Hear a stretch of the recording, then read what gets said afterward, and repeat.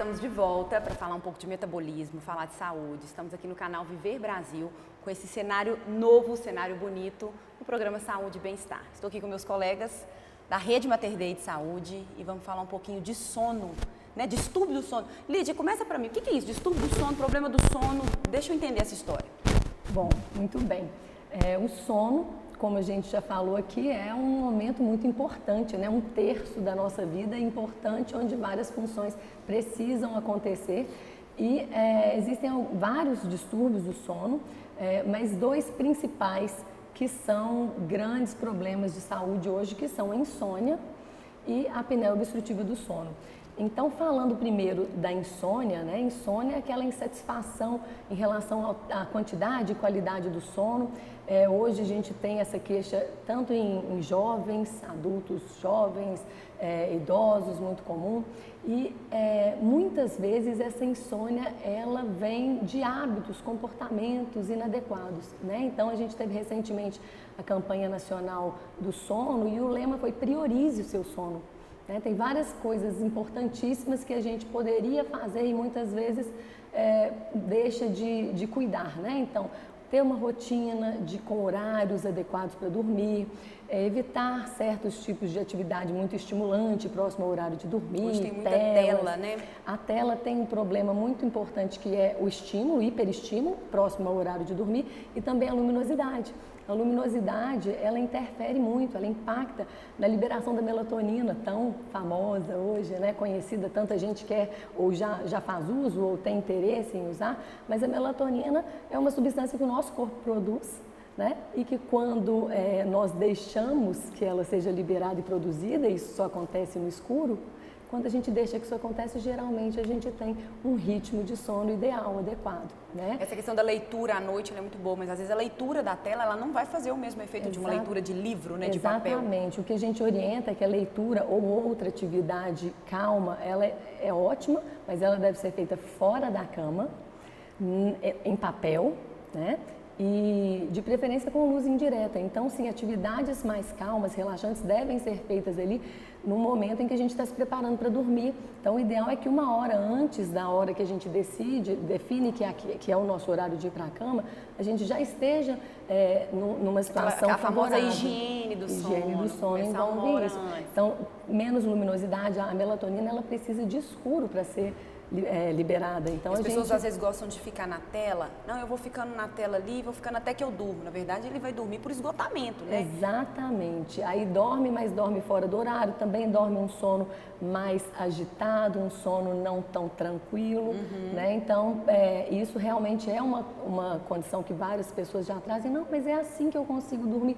Sim, porque outras coisas não estão sendo feitas. E não é um sono de qualidade, tanto é que muitas vezes essa pessoa está ali atrás de outros recursos. Então, assim, priorizar o sono é muito importante. Claro que tem informação que se a pessoa não recebe, não tem jeito, né? Por isso a gente divulga, por isso a gente difunde. Então, tá tudo bem. Essas informações, nem sempre a pessoa está fazendo algo inadequado de propósito. Então, essas orientações, né, que a gente tem aí nessa lista aí de recomendações que a gente chama de higiene do sono são bem importantes. Distúrbio do sono não se resume só em insônia, né? Porque aí entra no outro grupo da qualidade do sono, né? Exatamente. Então, e a insônia muitas vezes ela tem essa questão comportamental. Mesmo quando não é só comportamental, a pessoa acaba fazendo, eu tive dificuldade para dormir, então eu vou tirar um cochilo durante o dia, aí isso impacta à noite, aí são hábitos que vão ciclicamente comprometendo a qualidade do sono, né? E a outra condição muito relevante também, muito prevalente, é a apneia do sono, né? Que a gente precisa suspeitar, nós como profissionais, né? A gente já conhece um pouco o perfil do paciente, também pelas queixas, mas é importante as pessoas saberem que o ronco é um sinal importante de que pode existir aí um problema, e aí um problema mecânico, independe de hábito. Essa pessoa que sofre de apneia obstrutiva do sono, ela pode seguir toda a rotina certinha, que se o problema existe, enquanto não for feito um tratamento, essa pessoa não vai ter qualidade de sono. E aí, inclusive, a pessoa pode estar dormindo ali 8, 9 horas seguidas, e ela vai ter no organismo um reflexo de privação de sono. Então, vai acordar cansado, vai ter dificuldade de memória, aprendizado, humor, né? Então muita gente trata a depressão e tem uma apneia do sono super grave.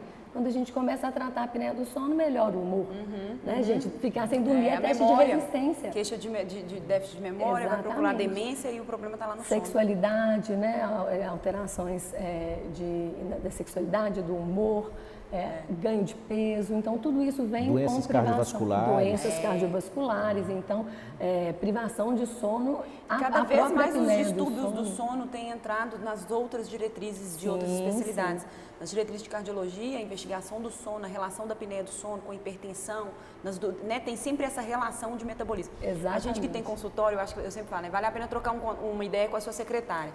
Se o seu paciente está dormindo na sala de espera, pode investigar a apneia do sono, que é essa sonolência diurna, né? Exatamente. Dormiu à noite, mas não descansou, né? Não atingiu o sono profundo, Eu acho que nós, profissionais médicos, a gente tem que ter isso já no nosso radar, precisa fazer parte, assim como a gente questiona sobre, né? A gente já é treinado desde a faculdade a questionar sobre outros distúrbios mais comuns. Tem alguém na família que tem doença cardiovascular, que a gente tem que questionar ativamente sobre o sono, porque muitas vezes a pessoa não está ali fazendo essa associação.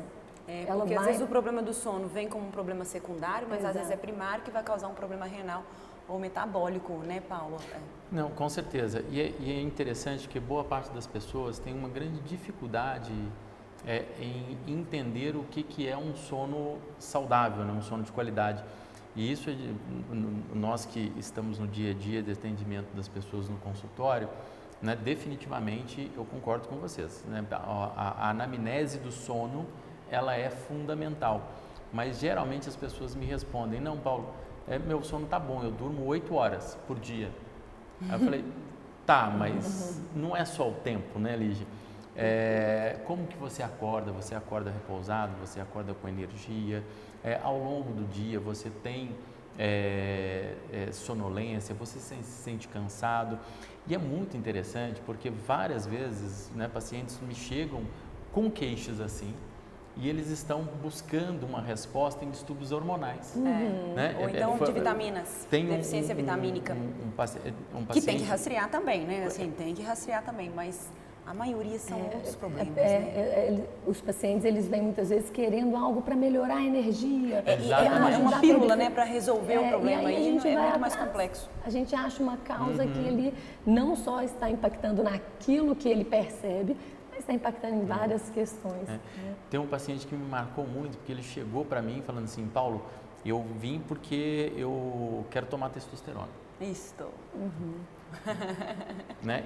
E é muito interessante, isso tem sido frequente, as pessoas nos procurarem não pelo aquilo que elas sentem, mas pelo tratamento que eles querem receber.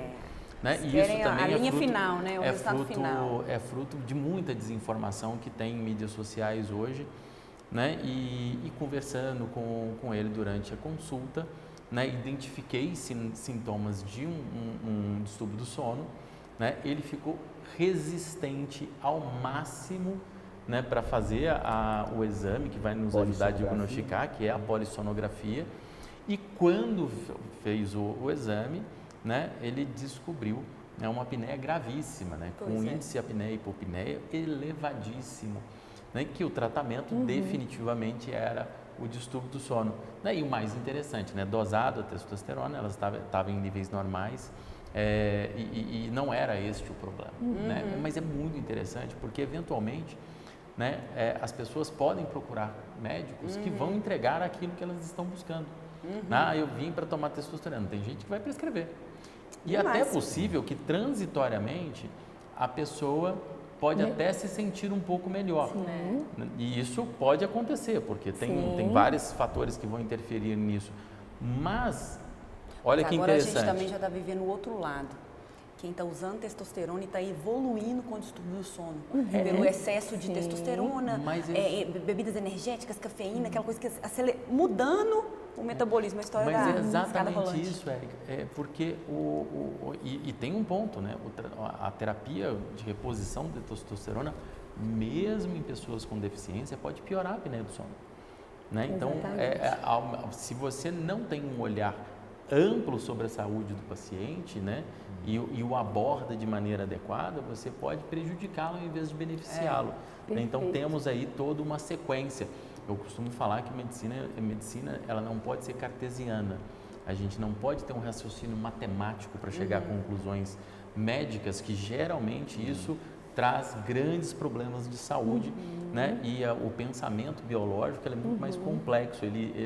Muitas vezes o 2 mais 2 não são 4, né? Na medicina, ele varia. Exato. E a gente precisa ter esse olhar. A hora que a gente comentou aqui, o Luiz respondeu polissonografia. Polissonografia deixou de ser um exame pedido somente pelo pneumologista, pelo do sono. Você também pede, Luiz? Escolhe alguns pacientes para pedir? Sim. E a gente já pediu, e é engraçado que muitas vezes a esposa que traz o diagnóstico, né? O paciente está na nossa frente, a esposa fala: doutor, eu não consigo dormir com ele do meu lado, é um trator que está aqui. Então, assim, aí a gente... E aquele afogamento na madrugada também, né? Exatamente, e aí a gente pede a polissonografia e encaminhamos para o especialista. Uma outra coisa que a gente notou, assim, recentemente, você falou da testosterona, mas muitos pacientes pedindo para usar melatonina. O que você acha sobre essa questão aí do uso da melatonina para o sono? Bom, é uma ótima pergunta. A melatonina está super em alta. Não, e assim, se aproveitar que você vai comentar, às vezes a melatonina não está funcionando, porque é um outro problema, aí eles falam assim, não, eu vou comprar fora, que é a de fora, a importada que funciona. É melhor, mais pura, mais potente. Bom, a melatonina, como eu já comentei, o nosso corpo produz e precisa dela para se regular. A melatonina ela tem um papel muito mais na regulação do nosso ritmo, nosso horário de dormir e acordar, do que como um efeito sedativo mesmo. Tanto é que ela nem vai ser tão potente quem está com sono muito desregulado e quer uma substância ali que vai ser tiro e queda, a pessoa vai se frustrar. Né? A melatonina, ela é um hormônio que nós produzimos, mas que para ser liberada a gente precisa ali daquela condição do escuro. E o nosso corpo ele tem um processo, né? Adormecer não é um liga e desliga, é um processo que inclusive começa quando a gente está acordado de dia, né? O que a gente faz durante o dia impacta no sono. E aí, respondendo, a melatonina, quando usada de forma inadequada, ela não só não vai ajudar, como às vezes até atrapalha. O paciente toma no horário errado, fora do horário ideal, fora do horário que o ritmo dele mesmo pediria, né? E algumas pessoas, principalmente alguns idosos, têm deficiência de melatonina. E aí tem uma insônia que tem esse efeito, acaba tendo participação. E aí para ele está bem indicado. Fora isso, a melatonina não é para insônia. Então, para tratar a insônia, a gente tem que cuidar da fisiologia, entender o que acontece nesse indivíduo para ele não estar dormindo adequadamente em relação a horários, estímulos. Se tem alguma comorbidade, muitas vezes tem, né? Ansiedade, depressão, dor crônica, e isso tudo precisa ser abordado. Para o tratamento Lígia, comenta para mim dois extremos, maracujina, passiflora e do outro lado benzodiazepínicos, né? Diazepam, clonazepam, zolpidem, que foi muito comentado ano passado, quando mudou a norma para a prescrição, né? Ótima pergunta. Eu costumo dizer que medicamentos, né, ainda, graças a Deus eles existem, né? Quando bem indicados pelo tempo certo e na dose certa, são grandes aliados. Mas a gente precisa usar com responsabilidade e com indicação. A gente precisa de diagnóstico certo e definição de tratamento. A gente não pode usar os remédios para provocar doença, né? Exatamente. Senão a gente está perpetuando um problema. Se a gente não resolve a causa, primeiro, a maioria desses medicamentos que tem um efeito bom no sono, que o paciente fica feliz, dormi, tomei um medicamento, esse foi ótimo. Se ele não corrigir a causa base, daqui a pouco ele vai estar tolerante, usando outros e fica numa dança das cadeiras ali de medicamento. E é por isso que para tratamento da insônia, medicamento, ele é recomendado para insônia aguda, até 3 meses. Fora isso, não é o medicamento que vai fazer o efeito. Ou seja, a gente usar o medicamento para um caso agudo ou como apoio, junto a outras questões, mudanças de comportamento, terapia cognitivo-comportamental. E aí é uma conversa super difícil de consultório, né? Assim como, às vezes, tratar um distúrbio endocrinológico, entender aquilo mais de forma ampla, você tem que convencer o paciente de uma informação que ele já vem, às vezes, da internet, naquela conversa da consulta, quebrar alguma ideia que ele já tem, né, Paulo? Exato. Isso é muito importante, porque primeiro o médico ele tem que conhecer a complexidade dos mecanismos que estão envolvidos no sono. Uhum. Lígia falou muito bem, por exemplo, que a melatonina não é a solução para tudo. Né? Por quê? Quem dera, né, Lígia? Melatonina é muito interessante, que ela é conhecida como hormônio do sono, mas ela não é.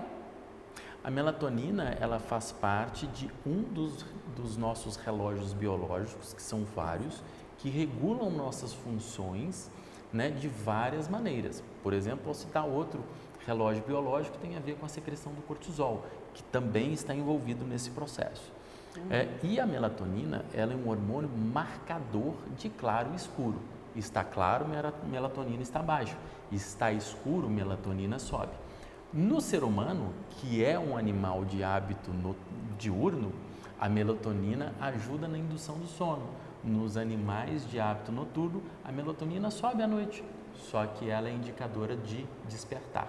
Então é muito interessante porque a gente precisa conhecer a fisiologia. O quanto é muito mais complexo do que ir lá na farmácia, 5 gotas e achar essa solução, né? E aí vários estudos metabólicos da função da melatonina já mostraram que ela pode ter interferência metabólica negativa se usada de maneira inadequada, né? E ela faz parte desse papel de regulação metabólica.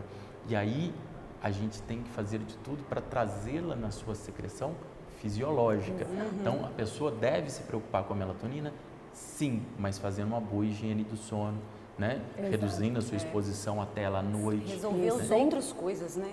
Sem contar que como ela tem sido comprada, vendida, né, de forma muito fácil, muito difundida, como suplemento alimentar, e na verdade é um hormônio, ela vem geralmente em doses muito mais altas do que as doses fisiológicas. Quando nós entendemos que existe uma indicação, a dose terapêutica costuma ser muito menor do que o que se tem. Então, geralmente é um problema. Normalmente, quando a gente vê pessoas usando melatonina, na maioria das vezes tem sido esse uso inadequado. Tá? Lígia, comenta para mim, eu tenho certeza que alguns dos nossos ouvintes, né, preocupa muito com aquela oximetria, agora saiu recente não, mas um pouco mais difundida agora, o uso da oximetria à noite para monitorar a apneia do sono. Certo. Como que faz essa investigação da apneia do sono? Eu até aprofundei nesse tema, foi meu tese de mestrado que eu apresentei o ano passado, que foi a apneia do sono. Quer dizer, né, não é uma doença só do sono. Né, cardiologista falando de apneia do sono, quer dizer que essa coisa está relacionada. Fala um pouquinho desse rastreio da apneia do sono e quando investigar. Perfeito. Bom, então, como eu falei, a gente tem duas grandes síndromes aí, né, do sono, dois grandes problemas. A insônia, que leva à privação de sono clara, a pessoa já tem essa queixa, eu não durmo, eu acordo muito cedo, sono fragmentado. Mas a apneia do sono, ela também é um problema super prevalente que fragmenta o sono. Então, muitas vezes o paciente chega porque está cansado, porque tem sentido impactos desse sono de má qualidade, mas muitas vezes esse paciente não chega, ele não sabe. Por quê? A apneia do sono é um problema que é um dos distúrbios respiratórios do sono, né? Quando a gente dorme e o corpo todo relaxa, existe o relaxamento de uma parte onde a nossa via aérea não tem estrutura rígida, que é a faringe, né? A gente tem estrutura rígida na traqueia, né, que são anéis de cartilagem, no nariz, que tem uma porção óssea, outra cartilaginosa, mas a faringe é um tubo de músculo. Quando a gente dorme, existe uma tendência ao relaxamento e logo ao colapso. Esse risco é maior nos homens. Aí as esposas viram o paciente de lado, né, Luiz? Cutuca, vira ele de lado. Se eu tiver bebido cerveja ou qualquer outra bebida alcoólica, piora por conta desse relaxamento, né, Luiz? E aí esse risco ele é maior nos homens, mas as mulheres, quando chegam na menopausa, elas chegam a se igualar em risco aos homens, porque justamente o hormônio feminino protege. E aí o que acontece?